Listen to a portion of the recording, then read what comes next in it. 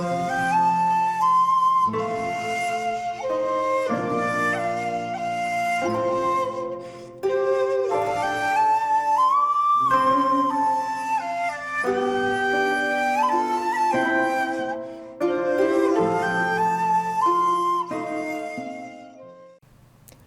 there, this is Solitary Ronin from Solitary Ronin Films, and welcome to another episode of my Consecutive Criterions, where I have a little look at some of my Criterion collection that run in concurrent spine numbers. So today we're just going to have a quick look at numbers 132, 133 and 134, and we can see if there's any commonality between the three films or not. And I would say possibly not, even though abnormal mental health might be a running theme. So first of all, number 132 on DVD only. Criterion needs to really sort this out. I don't think this is a Blu-ray anywhere. It's from 1972.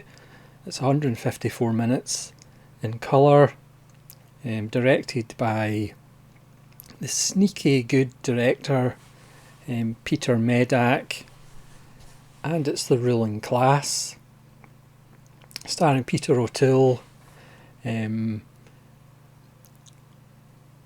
by Peter Barnes, based on his play. This is one of those films that you know there was probably a lot of drinking on the set. Co-stars Harry Andrews and Arthur Lowe and many others. Harry Andrews is a lord who accidentally dies while he's choking himself while wearing a little ballerina skirt. And his son Jack, who's in a mental institute, becomes the heir. But Jack believes that he's Jesus Christ. But once he's kind of cured, he then thinks he's Jack the Ripper.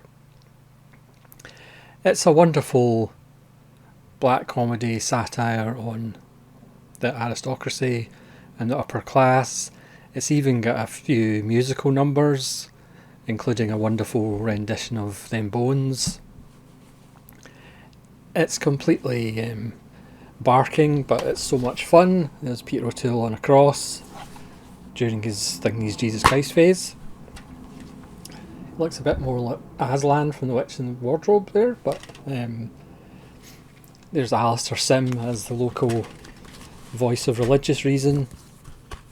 This is a really good release by Criterion. You have a booklet with, remember, the chapters they would used to provide. I mean, you can bet that Peter O'Toole was probably inebriated for most of this. So you've got Peter O'Toole, Alistair Sim, Arthur Lowe, Harry Andrews, Coral Brown, Nigel Green, James Villiers. It's such a fun film, and again, one that needs a Blu-ray. Again, Peter Medak has made some interesting films. He's never kind of mentioned, obviously, in the upper echelon of film directors, but he is a sneaky, interesting, good director. This is a new for the time of release, 16:9 widescreen digital transfer, restored, supervised by Peter Medak and restored to the original full-length version, never before available in the US. There's a commentary track featuring Peter O'Toole, Peter Medak and writer Peter Barnes, which is hilarious and informative. It's Peter Medak's whole movie shot on location for The Ruling Class, and there's a collection of rare publicity and behind the scenes production stills and the original trailer. So it's a loaded disc of a film that is sadly underseen, but it should be seen more because it is absolutely wonderful. So we'll go to 133, which I did have on Criterion DVD before I upgraded. to this Region A Blu-ray. It's from 1988. It's 106 minutes in colour, and this was remade by the same director in America, and it's pretty terrible because it changes the ending. This is, of course, The Vanishing by Georges Sluzier, in French and Dutch with English subtitles. This is one of the best serial killer films, but is the complete antithesis of the Anthony Hopkins Hannibal Lecter films, for example. There is no bravado and grand guignol. There's no elaborate set pieces. This is death and killing as completely mundane. It's about a young man and his girlfriend. The girlfriend goes missing, and the young man then spirals in a 3-year investigation of trying to find her and what happened to her. And then he gets a message from this normal, plain looking guy that he knows perhaps what happened to her, but he needs to trust him and go on a journey to find out what happened to him. One of the greatest endings of all time, which obviously in the American remake got changed. This is a 4K gestation. This is a 4K digital restoration. It's a new interview by Georges Sluzier. There's a new interview with actor Johanna Dersteeg, and a trailer, and as you'd expect, there's a booklet. Yeah, the first time I saw The Vanishing, it just blew me away, and it's still absolutely fantastic. One of the films of the 80s. But again, if you're looking for a kind of Americanized serial killer film, it's not this. It's just so mundane and normal. It's almost shot like a documentary. You know, there's no flashy kind of cinematic tricks. It is very ordinary, from the kind of gas station or kind of motorway stop station where his girlfriend is lost from, or abducted from.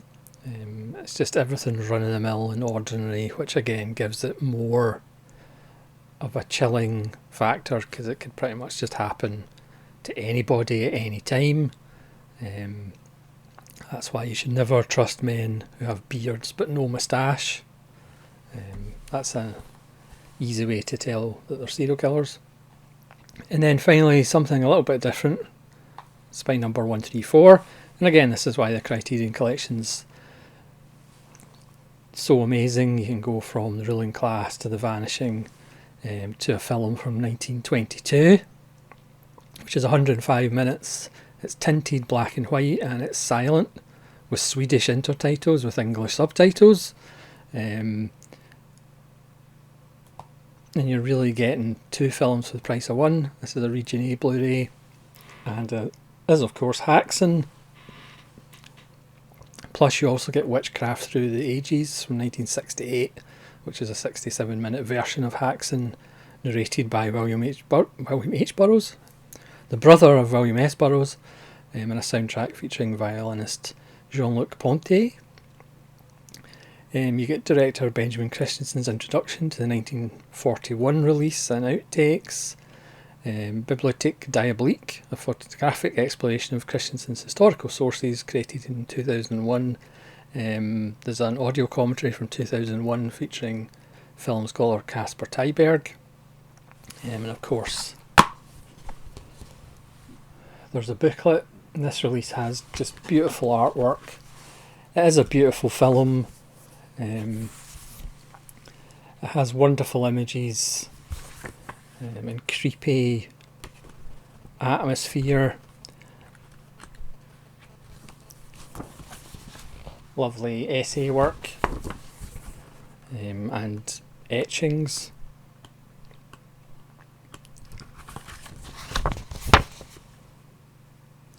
I think it does actually stand up very well to a modern audience.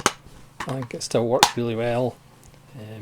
105 minutes is maybe a little long, but the fact that you pretty much get 2 films for the price of 1.